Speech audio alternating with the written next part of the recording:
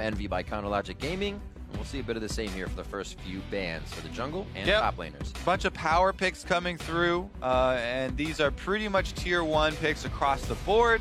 Kind of the split pusher. Galio is actually more mid lane than top lane nowadays.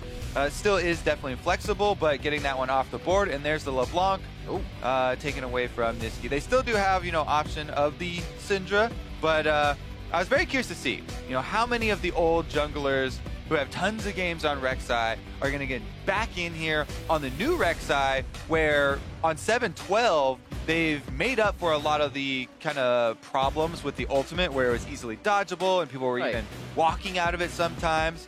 Not only did they fix that, they also upped Rek'Sai's damage. So it's definitely an early game jungler. She has so much more damage. It is a very different playstyle from what you're used to seeing if you remember the tank Rek'Sais, and trying to get multi-man knockups. A little bit scarier. We'll see how Dardoch plays it. It plays right to his style, as we know what he has had in his wheelhouse lately of Elise, Lee Sin. And Jhin also getting picked up a little more lately. A few buffs towards him, but nothing huge. Yeah, in 7-12, you got a bit of extra damage ratio on the Q, as well as some damage on the ultimate. Yeah. A lot of people, though, are just really excited to play him again with a small amount of buffs because of some of the item builds. And people have been sort of enlightened into the double energizers of, Static Shiv and Rapid Fire Cannon. And Jhin does convert a lot of the, attack speed and crit stats into damage anyways. And people are kind of having fun with that one. Also, we've seen the Death's Dance variation. I feel like that one's a little bit more solo queue. Regardless, Tahm Kench and, playmaking support have been back. Yeah, he is picked up here in answer to the Thresh. It's kind of one of those classic ones where the Thresh is then going to probably switch focus, and start hooking and flaying in Tahm Kench so they can focus the Kench instead of the Jhin.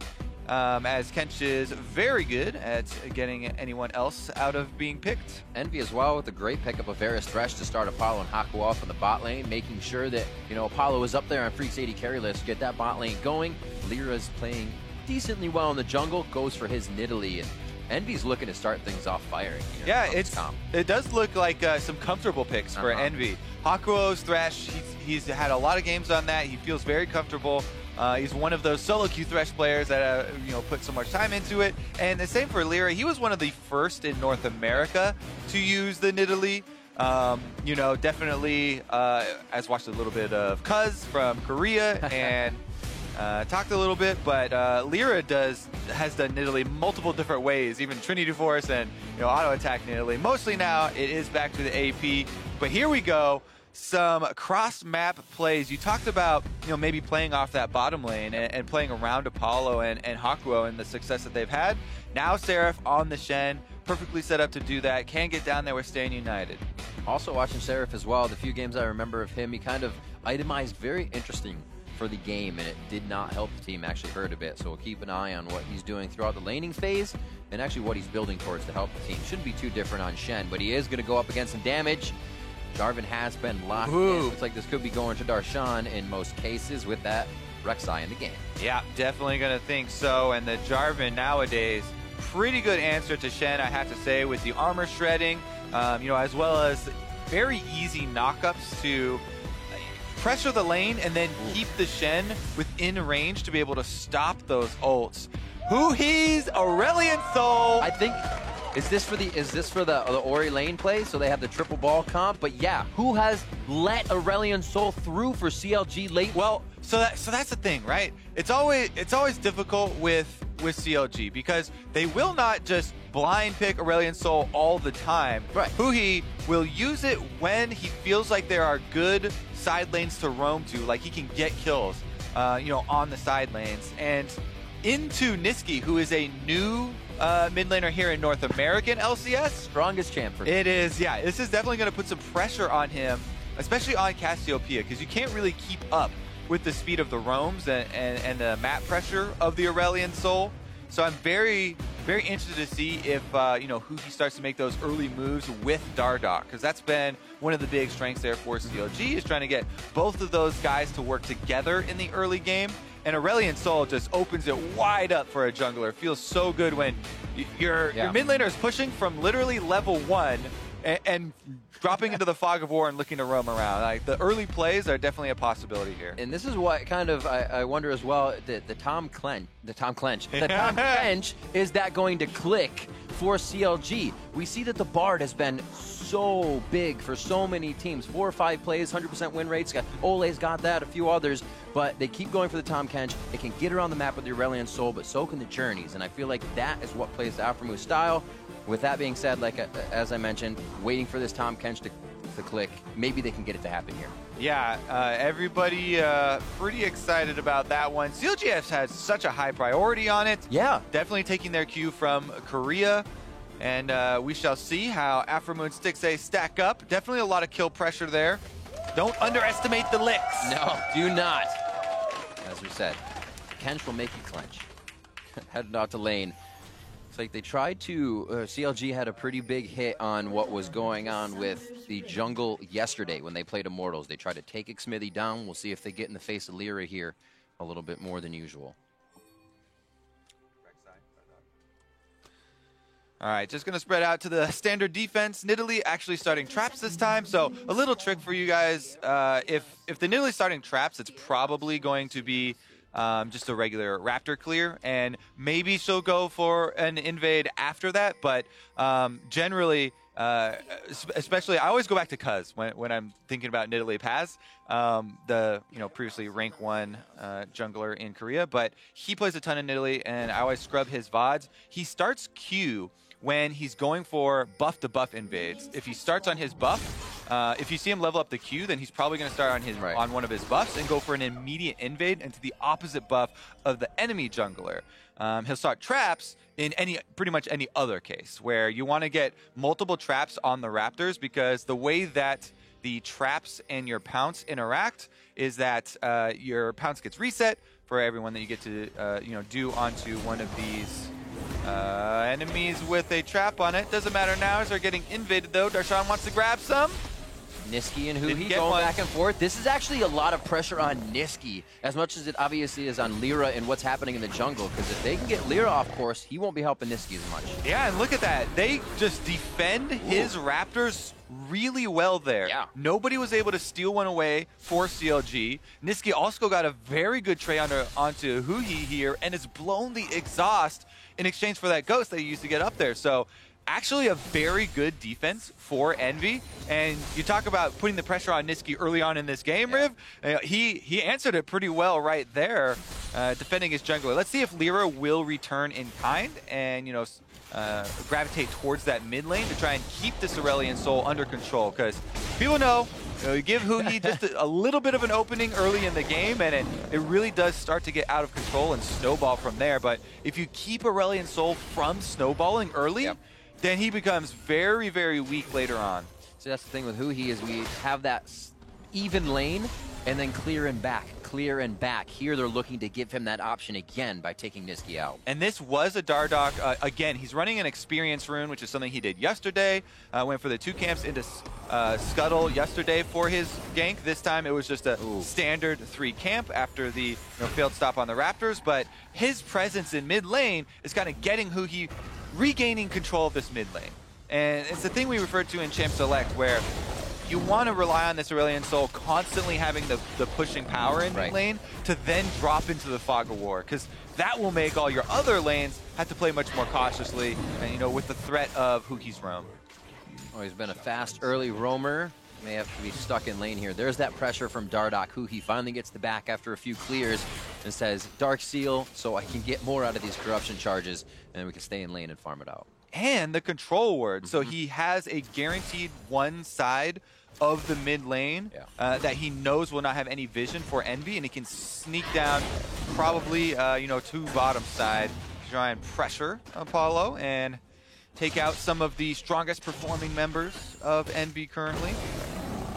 Ooh. Invade here from Lyra. Just seeing him on the outside, getting the tremor sense. Gromp wants to be a part of the party. Wow, spears are just missing for Lyra right now. Good dodge by Dardoch. Yeah, a couple spears in the dark, just barely. Dardoch doesn't see him to stop. Lyra did see Dardoch jump over, though. And he wasn't moving, so didn't get any of those tremor sense notifications. Meanwhile, though, you know, Nisqy on the Cassiopeia, so far doing well, but Huhi already off to one of those early roams. It's a good sign that I would think that was communicated, because Huhi put down his control ward in the top side, so he could roam up to the top side and went through the jungle. But Nisqy, we have to assume that he's the one telling Seraph there that the Aurelion Soul is probably on the way, and that's why Seraph just dropped into the brush, gave up a couple CS, but avoids an Aurelion Soul gank. Bit of action as we go back down to the bottom lane. Haven't been here since pretty much early 37 to, actually 38 to 38 as they continue to level. Doran shield still for Stixxay, and we see a little bit of a change here with the nerf to that in purchase cost. Now Apollo picking up the sword. It's either or these days. Ooh, that one hits. You only need a few that count. The ones that count are the ones that give you that advantage in the game. Lyra actually pushed up as well, so working together here, Huhi's forced to farm this wave, and Lyra trying to make an impact in the jungle. Getting that invade down, and really the important part there is, yeah, he did steal the big raptor, and it's, you know, a little bit of gold, but the vision coverage takes out the control ward, plants down some extra, you know, envy comfort here in the red quadrant. With just that one ward, and the raptor brush provides, you know, a lot of security for this side of the map. Meanwhile, in the bottom lane, they're trading pretty decently here, and CLG trying to push out this lane so they can get a little bit of time to back. Still plenty of potions for everybody in the bottom lane, though. The trading hasn't been, you know, that active. There actually are not ignites being taken in this lane, as both sides are taking exhaust for the junglers of the enemy teams. Oh, hello, Dardoch. Found it. Looks like, whoa, he's just going to get soloed out here. Flash over the wall. One last hit. He dips into the ground for a bit of HP. But the kill is still found by Seraph. First blood. Yeah, I guess he wanted it. So he really wanted to finish that Krug kill before he left, but took an extra auto there, and he's not able to unburrow under Seraph to get a knockup on Seraph after flashing away, and Seraph able to get a very big start here. That was first blood bonus gold going over to a Shen, who's now level 6 with teleport still active. So no pressure, just kind of, oh, all right, thank you very much. So as soon as you see the Shen, Dardoch has to respect the Shen, but he does not. He goes back under for the knockup there. You know, Seraph got the taunt off, and then absolutely destroys him. So no respect from Dardoch to Seraph. He gets punished and gives away first blood. Already looking to make an impact mid. Oh, they call Seraph forward. The level 6 is going to be a big impact. His flash is down, so they don't have the full connect, but they get Dardoch again. He comes up, he goes down, and all of Envy lives. The flag and drag coming in with the flash from Darshan, trying to make it look good, but there are too many shields. There's too much CC. Seraph's going to go down. One last link. Another shield comes through, but that's Darshan with the strike. And he takes another one down. 2 kills for the top laner as he rotates in. Is it a third? That one goes to Huhi. CLG repair the gank. Oh my goodness. Dardoch is not having a good game, but Darshan comes in to clean up the mess. Aphromoo then flashes to save him with the Devour, and Darshan ends up living through the whole thing because they have no more burst left after that extra kill. CLG rights the ship just in time because it was about to spiral out of control with those plays, as Envy continually catching out the Rek'Sai, but this time around, it's a complete turnaround for CLG. Here it is, the beginning. Huhi really good, saving his ultimate for as soon as he sees the Shen about to come in and gets it off. Again, Dardoch gets taunted up, even though he has the knockup go off. He goes down very quickly. Darshan, though, comes in to save the day. Demacia is here, and then Aphromoo jumps in with the Devour. Perfect timing, allowing Darshan to then survive afterwards with the health potions running and with the extra kills coming through. CLG able to kind of save the early game there with that play. 2 good roams from the CLG members there. A very active Envy, though. Everything that's really happened here. Seraph top, and we saw that Nisqy taking the ult, saying, we have the stand united, let's engage mid. We have to definitely like what we're seeing from Envy here. You know, the proactive plays, they punished the Rek'Sai because there was no flash. Here's a proactive play from CLG, though. That's the third lick. How many licks does it take to get to the center of a Thresh? Just one more. That's going to be a bite from the Queen. Dardoch gets that one in on Rek'Sai, and now Apollo. He is left in a very bad spot. Flag and Drag misses. Good flash coming in, but now he's stuck in the Cataclysm. The light back to Lyra, bounces him, and he can't come up for the kill or the heal as well. And they get another kill. CLG starting to really strangle out Envy. Yeah, the 2 solo laners for CLG are now 2-0-2 for both of them. And you talked about Aurelion Sol, just one small opening for Huhi, and he starts to take over the game. Constant roams come through. He's got his upgraded boots already, powering through with 3 more stacks on his Dark Seal. Oh, yeah. All right, let's take another look at it. One of the other things about Jhin, so good at starting these fights long range and allowing time for the other members to take part. Teleport came in from Darshan, so he's just leisurely here, cutting off the escape from Apollo. He has his ultimate and an extra gap closer, so even though Varus has both summoners available, they know that Flash is the only thing that would save him from the Cataclysm, and after his Flash is blown, there's no hope for him. Darshan just gets him in that cage, and Huhi's able to take him down. Few quick kills here for Chronologic Gaming. More of what we expected to see. If you saw the Immortals CLG game yesterday, CLG has been a very bloody team in this split, winning through getting those advantages and a few kills, and then being able to find them again. No turrets come out of this just yet. Oh, sorry, 1 turret on the bot lane as they did get first blood. Yeah. And then they continue to move this. This allows Aphromoo to open up, and now they start to get these Abyssal Voyages that can bring them around the map. And Envy are trying to answer back on the bottom side with some pressure, but Aphromoo, as you mentioned, coming right back down as soon as Stixxay is under pressure, and they should be able to defend just fine. Meanwhile, CLG, with vision of those 3 members of Envy down bottom, should be able to completely take over Red Quadrant here in the Envy jungle, and they do just that with a bunch of vision being laid behind. Anytime you start to lose just a little bit of map control, it starts to explode against an Aurelion Sol team. The vision comes through in your jungle, Aurelion Sol starts to roam around, and it becomes very difficult to track him. The important thing for Envy right now is holding on to the remaining outer turrets. The longer you can hold on to those, the more safely you can farm out and try and keep track of that Aurelion Sol, because once those go down, it really starts to get scary. You mentioned the Abyssal Voyage, but as well, the roaming can come through from Aurelion Sol as well as Darshan. And Envy looks to be grouping at the moment to try and avoid such a case. Apollo, rest of the team still being proactive. Lyra just on the back here. The vision in numbers. It doesn't seem like they want to take the fight. Probably more than happy to get a skirmish if they do, but in and out is the goal here. Lyra, however, pushing that to the limits as they just taunt CLG in their own jungle. And it is a bit difficult for Envy because Cassiopeia early on tries to build into scaling items, into these mana items that take a while to buff up. Rod of Ages, the tier, those types of things take a bit longer. And Nisqy right now doesn't have a lot of AP, so doesn't really want to take any of these fights, and is constantly having to use his summoners defensively, as you saw there, ultimate and both of them blown. Really only had a flash up for maybe about 3 minutes of this entire game, right? It's down for 5. You were going to be waiting a while after having used it.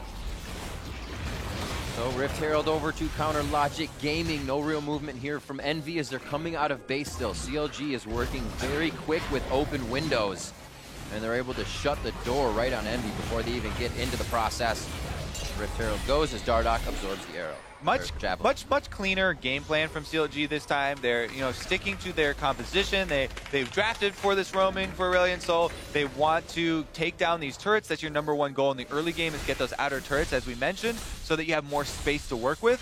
Rift Herald is the best objective in doing that. Also, there's a Mountain Drake up, so they would definitely want to get that for extra turret killing power, and that helps for late game as well. Once your turrets are down, you can pressure those neutral objectives. So Envy right now, they've just given up the Rift Herald as CLG took it very quickly. They would like to not seed a Mountain Drake on top of that as well, because those two things together just kind of remove so many of your possible defenses to wait for that scaling of the Cassiopeia and wait for those items to stack up. As of right now, though, Envy are having a hard time of remaining a step ahead of CLG due to the pace of this game. Currently, Dardoch back in that red quadrant. He's counter jungling. even as Darshan gets chased out of top lane, making it a little bit more risky for him. You see how much resource Envy is putting into finding just these hits, though. Can Hakuo hit the hook? Can he get a Lantern for Lyra in? And then can we get out of this situation? Because they know CLG is too strong. And this game could have gone so different if Envy walked away from killing Dardoch in mid again. He had just spawned, and then he went back down. But Darshan had a big roam from the top side, and that has swung this game. Exactly. The team play and the communication on display pretty early in this game, which they were sorely lacking yesterday in their game versus Immortals. CLG back out to the pace that you kind of expect from them, as you said, though. Darshan absorbing top. This could be a 2v1 in mid. They did call down Seraph. I wonder if Darshan gets a free lane here if they can just absorb the fight. He will continue to push. Abyssal Voyage comes in. Looks like Aphromoo wants to be a part of this one. Stick stays right in the front line as well. Seraph, the dash and flash. Dardoch way down behind the lines. Here comes their curtain call, but everybody closes the curtains, and they get Seraph to safety. Regardless, though, large chunks of health have been taken out, so they activate that Rift Herald that they just spent their time on getting, and this is going to be another outer turret taking a big hit. The teleport's in. Darshan. Darshan actually didn't stay top lane. He comes down to fight with the team, so this could be a lot of turrets if it works. If Envy holds it off, they protect top, and they can keep what they have. Words are hard, but everybody disperses. And in the end, the turret is dead. Main objective is accomplished for Counter Logic Gaming. Envy had a decent collapse there, though. But as you saw, Apollo lands his ultimate onto Darshan, who is the frontline member who they're dumping a large amount of damage into. But this Tahm Kench comes up big again. Aphromoo able to eat him up, even though the Chains of Corruption then does spread to Aphromoo himself. And he ends up taking a large amount of damage. He still gets the lowest health member out of the focus fire from the enemy team and allowed CLG to disengage. So the top Kench pick as well coming in big for them. Multiple Abyssal Voyages, Aphromoo roaming, able to save his teammates, and participate in all except one kill for himself. Lyra doing a nice job at clearing the wards out. CLG just placed. They had pretty good vision towards the top red side. It's dark now, but doing a much better job at leaving what I call breadcrumb wards. On their way in, they should make sure to leave the vision. So on the way out, it's safe, and they can rinse and repeat. Here they have enough vision forward that Dragon, again, uncontested for them. And this is what we're talking about. You get these mountains, and you're not going to give Nisqy time to scale if your turrets and objectives are falling. Mountain Drakes are perfect for this team composition. CLG can continue to pressure multiple points on the map and really abuse that mobility of the Aurelion Soul. Currently, they also have teleport advantage with Darshan, even though the Stand United cooldown coming up very quickly. This Jarvan counter pick up in the top side. Armor penetration that we talked about in Champ Select is coming through. Black Cleaver's already done, so that on top of your Q with Jarvan makes you a very big threat to the Shen. And Darshan has come up with not only good 1v1 plays with Seraph on the top side, but also the team engages for himself and saving the early game as he did, roaming down to that mid lane. I mean, if he hasn't been staying top because it's been a criticism that it could be split, but the team's calling for him, then he has to have the better engages. He's been on Fiora, Camille lately, the Jarvan, and now it's starting to come about where he's hitting those marks. And this is why I just love Jarvan right now. Let's take a look at this exchange here, though. Still have a little bit of speed there. Yeah. All right, this is why I really love Jarvan, though, is because he can multitask. And he's kind of that Swiss Army knife of top laners. He's got engage, he has... They have engaged as well. That's the hook. Aphromoo is just toying with Hakuo and Seraph here. Just gobbles him up, spits him out, but there's still no retaliation. Envy spread thin, but they have two in the bot. If this is held in the top, Envy can find some turrets with that attack speed onto Apollo. That damage he has isn't great, but they'll be able to take one down. And Envy, they're just so pressured right now. They're trying to trade objectives, but CLG are getting 2-for-1 on their trades. That's the deal I like. Every time I'll take it. Buy one, get one free. Just misses. And they're going to be on their way out. Summoner is decently up here for CLG, so if they do overstay their welcome, it shouldn't be too bad, as Envy is still looking to collapse. Still looking to kind of find their bearings. It's only a 2,000 gold lead, but CLG is working them around the map.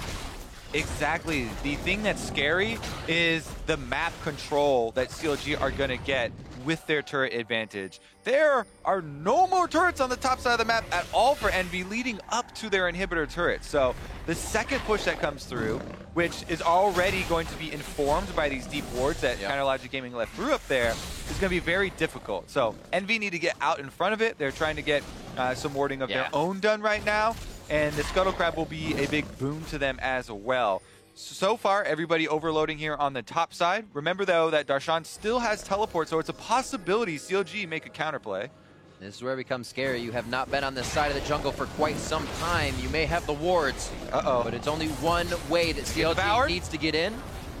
Very nice blast cone. Yeah, I think that was a necessary flash from Lyra, because one more auto actually gets completed there, then the Devour comes through. And at that point, it's too late. Darshan, is he going to go for it? Full team. Oh, he is! Full team Cat, can he get it in there? He's going to get 3 in the mix. Can they save Darshan and get him out as well? The stun goes over onto Stixxay, dodging out a lot of damage, and Envy just absorb the heck out of that fight and say, what next? Yeah, good defensive ultimates. Thresh ultimate, the Varus ultimate, and the Cassiopeia ultimate, all very good peeling tools, and they all are used in that fight to answer Darshan's initiation very effectively. Gotta be careful with those ults down. Still feel like there's more damage that can come out of CLG very quick right now, but both teams back off. Stixxay had backed all the way to base, and we'll get a reset. It looks like Darshan's gonna start maybe not living in the bot lane just yet. With his teleport down, he could be with the team. That was a very important defense for Team Envy, because now the global pressure is back in their table here. Seraph can split push on the bottom side. He has Stand United. He also has his teleport, and the scaling that we mentioned from Cassiopeia is continuing to... Lyra, though. That's the look before you leap situation where he did not. Absolutely zeroed out. Stand United is down as well. The teleport is the cross-map play. And we'll see how CLG answers. Well, they're answering with Baron pressure at 21.5 minutes. Already headed into the Baron pit, have True Sight, and starting it up. That's how it plays, Kobe. We just mentioned, Envy's able to get on that side of the map, but it's been a while. There isn't enough vision. It takes out Lyra, and the 50-50 is now up in the air, but all in the favor of CLG. That's going to be a very dead Huhi in the beginning. Darshan now could go low. Envy may have the retaliation they need. Dardoch, not the tankiest, but Hakuo's hook is not in range just yet. Flashes are there to continue the play, complete the lantern. The turret's low, and it looks like they're just going to go for the minions. CLG will be very happy to get out of that with just one kill going over, and they're going to stay around to actually defend this turret with the Baron up minions here. It's pretty easy for them. Envy do have Lyra going mid lane, though, to get a little pressure there, maybe. See what happens. This isn't the best Baron wave clearing team. These three up here, even you have an AD carry, but it's just not cutting it right now. And Lyra can only push that wave to mid here. They only have time to kind of set things up. CLG push them right off that pedestal when they try to activate their strategy. And this is why we talked about how the biggest thing for CLG is the map control that they've gotten with taking all these turrets. There's so much of the map that was dark for Envy. Lyra had no idea that Darshan had slipped into there, and exactly, once your mobility is down, pretty easy for them to take this pick, and this is a very decisive 21.5 minute Baron call because they have a Mountain Drake, and they killed the enemy jungler. It's pretty much the perfect scenario for them to do it. Whoops. There's an ult. Oh, Stixxay hits him. Still feel like it's worth chasing a little bit here. Aphromoo has mid lane. I mean, with Baroned up minions, you could have like one guy sit in the mid. Just make sure they don't get to that turret. Interesting way that CLG can play right now. Such an upper hand in the game, and they're using it accordingly, not allowing Envy to really stop this snowball. Yeah, this is almost completely the opposite CLG from what we saw yesterday. They've been extremely proactive. Yeah, they're definitely playing the game. Everybody's getting involved in the game with roams from all of their members. And they have been extremely decisive in a lot of their calls as well. Whether it is, going on the fight with, Tahm Kench Ultimate and Aurelion Sol roam, or immediately collapse on the Baron. One kill, moving over with that vision. Another Mountain Drake is actually very bad news for Envy. And another. Oh no, Ocean. Okay, it's Ocean. Oh, one miss, one hit. Is that the follow-up Chain of Corruption? a lot used. This turret seems much harder to control now for Envy without those ultimates, without that crowd control, and Stixxay will approach the turret basically alone as the team has time to walk over. He takes some damage, takes some damage for it though. They're trying to stall right now for the split push of Seraph. Envy still have the same game plan now that they had 10 minutes ago in this game, basically. They're trying to hold off until this Baron buff expires, and gonna be a difficult task for them to accomplish. He's backing, hit himself in the brush. It doesn't look like CLG has given any worry to either what's happening in the bot lane anyways. He's not gonna take the turret down immediately, so it's all that pressure with Darshan coming over in the mid lane, and now they are split in the 1-4 of mid and bot. Darshan gets a decent chunk on the mid lane turret. CLG continue to press 2 lanes at the same time. Got to be a little bit scared about going for the dive, even with the lead, because as we keep bringing it up, the gold lead isn't at that really excessive point. Oh, the hook onto Dardoch. He gets devoured. The only thing you can hope for is that you get that cooldown and you can hit maybe Stixxay now, and the Devour's not up, but CLG knows the situation. The win condition is don't go too far if we can't save that person getting engaged on. They back off right away. Yeah, definitely too early in the game for them to go diving in on inhibitor turrets. Remember how quickly that call was made for the Baron. That was one of the earliest Barons that we've had in a while in the NALCS. 20 to 21 minutes is actually as early as you can go. Darshan takes that Nightmare Jarvan point. Yeah, he's got the dream combo, right, of the Titanic plus the Black Cleaver, and gives you a suitable amount of health for your W shield to scale, so you're decently tanky when you jump in, but you also have plenty of damage to take down an AD carry, which is definitely going to be the main target. Follow that guy on your screen. Yep, he's the one to follow right now, because he will be the one in CLG sights. Luckily for Team Envy, they do have double summoners on both their carries, and they have Thresh able to take him out of a dangerous situation for now. Oh, the engages just don't stop. They can keep going. Apollo's gonna get tagged on the end. There's the stand united, but look at the range CLG can work with. Calling Seraph over now. The pressure's lost in bot, and CLG's pushing it again in 2 lanes. Yeah, that Jarvan pushing is almost up at the turret. CLG continue to control this entire space. And now they can slip into the red quadrant, clear out all of the wards for Team Envy.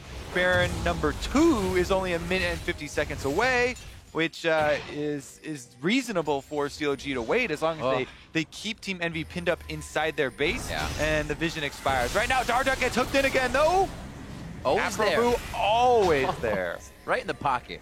Whoever needs it. It's been Dardoch most of the time because Dardoch is on the front line probably saying, fine to take a hook. We get movement forward every time we take one of those hooks. Support and jungle, roaming together is always important, especially, in the early game, but it's even more so when you have a Tahm Kench. You can pretty much roam wherever you want to as the jungler up front if you know you've got Tahm Kench right behind you. And Aphromoo has easily been able to get Dardoch multiple times there with the Devour. And making this one click. The Tahm Kench we saw yesterday versus Immortals never really got going. Props to Immortals as well for shutting it down, but CLG even said they weren't playing their game. Here, much more orchestrated and organized, and we can see the method to the madness, like you said. Dardoch, Aphromoo always moving around, and Darshan has controlled the pressure in the side lanes much better. And for Team Envy, it's kind of hard because we really wanted to use this game as, first impressions of Nisqy. Yeah. How is he going to fit into the team, and are they going to play differently? And it is a little bit different. Cassiopeia comes through, and he wanted to be this, late game scaling, but yeah, exactly. They're trying to scale still. It's just that the pace of the game hasn't really, been in his favor, and he's done okay in the mid lane. It's just that Cassiopeia, there's no way that you can actually keep up with the Aurelion Sol in those cross-map plays. And so we haven't really seen much demonstrated in that way. Seraph given a... That's changing around a little bit. A little bit of damage there. But again, the Baron that we mentioned, coming up in a couple seconds here, and CLG right back at it. Very quick here with the call. Double control wards down in the river. They should bait first and wait for a little bit of pressure, because Seraph, as you saw in that last trade, was able to gain momentum on that bottom side, pushing up his minion wave. So CLG trying to get back some on top and mid lane first before they really commit to this bait. stand United up in just about 10 seconds, so not too much for Envy to have to wait for if they do get engaged on. CLG always looking for the small skirmish. Even in this engage, they feel stronger, or they can absorb an ultimate, get that box out of Hakuo, get an ult out of Nisqy, and just devour that target. And I think that even though Envy feel pressured in this game, and you know, they've been on the back foot for, you know, almost 25 minutes or so here, yeah. It would actually be good for them to try and go offensive. If they see any type of opening, any type of exposed member of CLG a little bit out of position and away from the Tahm Kench, I would not, you know, be too critical of them if they made one of those slightly more risky plays and they just go all in with a stand United and engage on that person. Because they actually are, you know, starting to get some decent combat power, and if you wait, CLG are just going to burn the Baron down. Double mountains. Good try from Hakuo.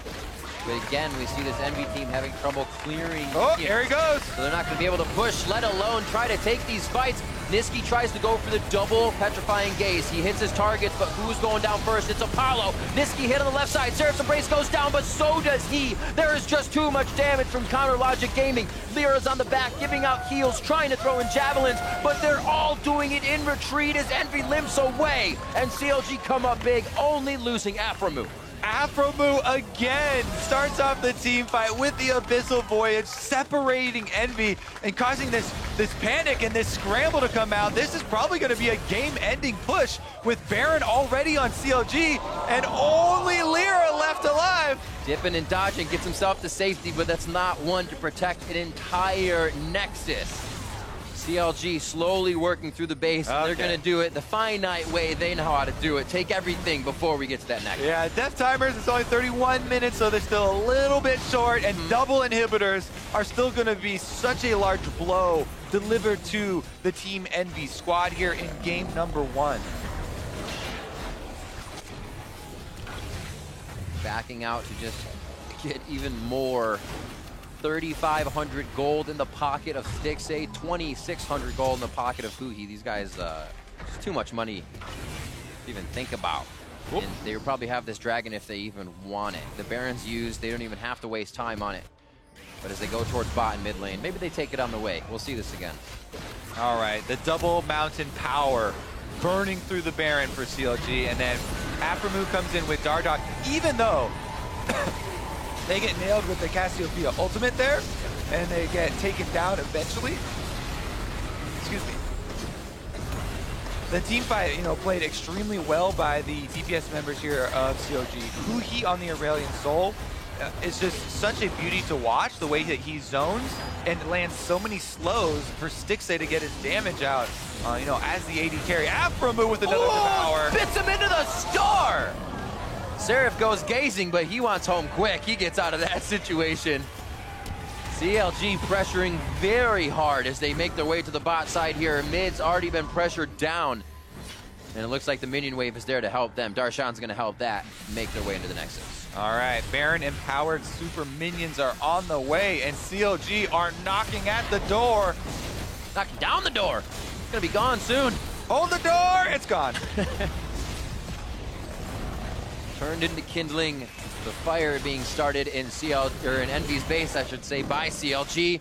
What is the engage? Hakuo with a tri-hook. Stixxay with a step to the side. Almost solos out Hakuo as they call for summoner heals and protection. Just to save the one member, they're looking for the base as well now. CLG gets all the inhibitors the way they like to as they move on to the Nexus turrets. All right, CLG with a really commanding performance here in game number 1. People were wondering how they would respond after defeat. You know, they've had such a strong early start to the split. That's really the other question that people were waiting for. So not only did CLG with this opening, you know, have a pretty good and quick answer to that, but they also did it in such a way that does inspire a lot of more confidence for their macro game and their team play. Now look at just organizing around who's going to be taking the damage, who's on the front line. Stixxay staying on the back. Huhi right there next to Aphromoo as well, ready to be devoured for safety. You just see the method, as I've been saying, to this composition for Counter Logic Gaming. They kept putting it on that pick and ban list. We wondered if it would click, and it comes through here in their first game against Envy. And now we look, can Nisqy fight back for Envy? CLG take game 1.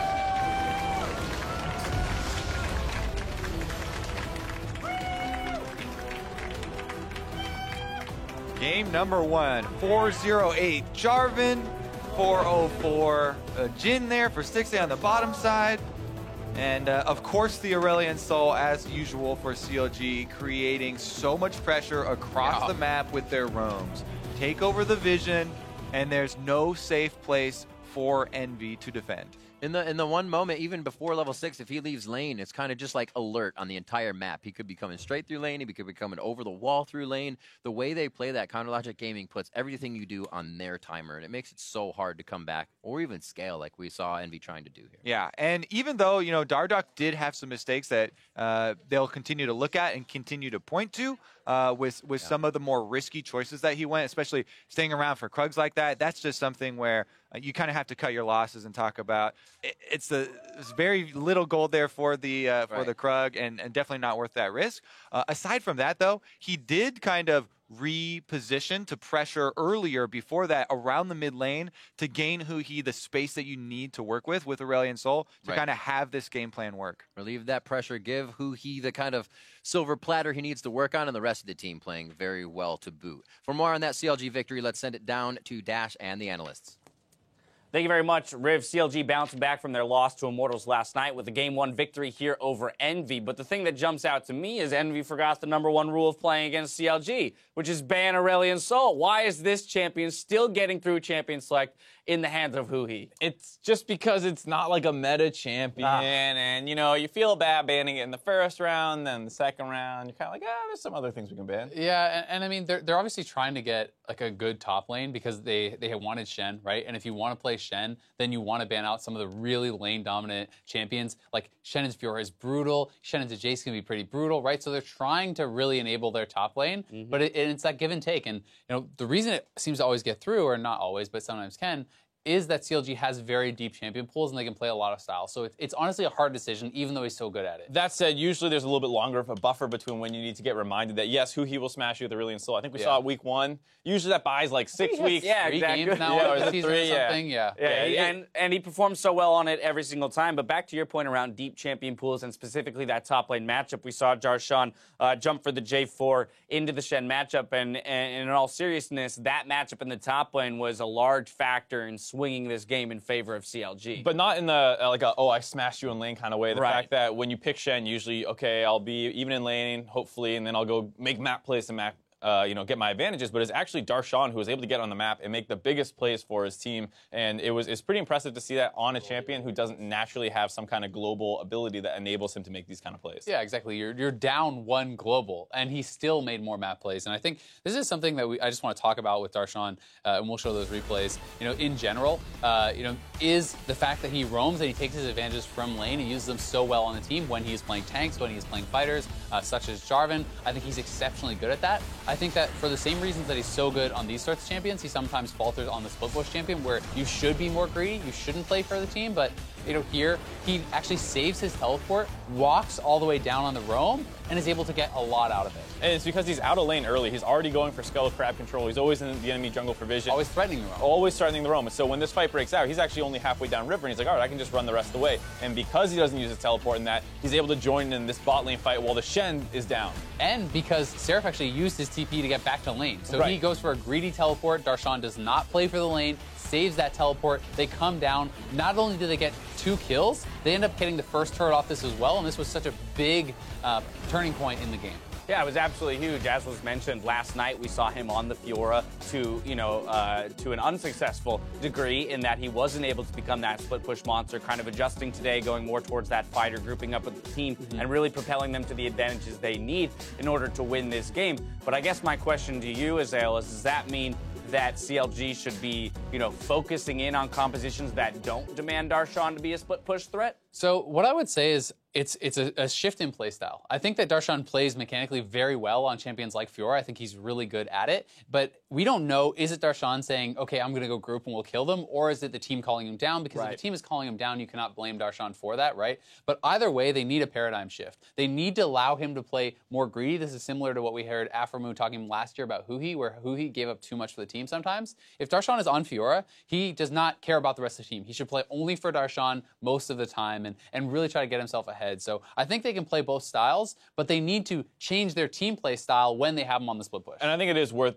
having him on both those split pushing and kind of tanky playmakers, just because it makes it so much more difficult to draft around. If you know that draw bans. Exactly, that's what I was about to say. If you know he's not going to play Fiora and Jace, you don't ban those two things. You get the Aurelion Sol ban in there. But because we've seen him play Fiora and actually do so successfully as well, I mean, we talk about him over roaming at times, but he still won games on it. It's not like you can ignore it. Right, it's buying the team real estate in Champion Select. While we talk about him, it's important to note that he does receive Player of the Game for his performance on the Jarvan. But I do want to go back to the mid lane just real briefly and actually talk about Nisqy in his rookie debut. Of course, he was up against the likes of Huhi, and I feel like it makes it very tough to analyze his performance because so much of that lane is just trying to keep up with the push potential of the Aurelion Sol. Yeah, and it's not just an Aurelion Sol, it's Huhi's Aurelion Sol. Right. So, of course, you're going to look kind of outmatched, and it's hard to really say, oh, Nisqy didn't look good or whatever, just because of matchup and the player he's against. And to be fair, he actually did pretty well in lane. He was up in farm. I think he held his own there. I think the game was more about the team play and what the rest of the team got done. As far as the straight-up 1v1, yeah, at the end of the day, the Aurelion Sol is more effective, but really it's Darshan that made the better plays, I think, coming down from the top side and swinging the game both in the mid lane and the bot lane. And we saw Nisqy, in my opinion, have a pretty solid first game. You can't draw too many conclusions, but you certainly cannot say he had a poor showing. And we saw a lot of classic, Envy elements, team elements kind of persist in this game in that all three lanes were actually winning in CS through kind of that middle portion of the game. And so while they were down 3 kills and 3 turrets, they were, only 1 to 2K behind in that 25-minute mark, which is keeping themselves alive and extending the game at least as long as it did go. The problem is it's a team game, of course, and so while it's nice that they're getting all these kind of individual advantages, there was a sequence where CLG actually took, I think, 4 turrets without getting a single kill, and that, it would be nicer if they had CS leads to get the lead even bigger, but it is impressive to see a team able to get so many map advantages just through rotations and smart play. It also is pretty typical for CLG. They're actually the worst in the league as far as goal differential at 10, so they do often get behind by giving up these things, by threatening the roams, but they also succeed through team play, so it's hard to criticize them for that when it's also one of their greatest strengths. Well, they found their early lead against one of the teams that specializes in building early leads. Either way, CLG off to a hot start here today. We have to step away. When we return, it's Game 2 of Team Envy versus Counter Logic Gaming. Don't go anywhere. We'll be right back.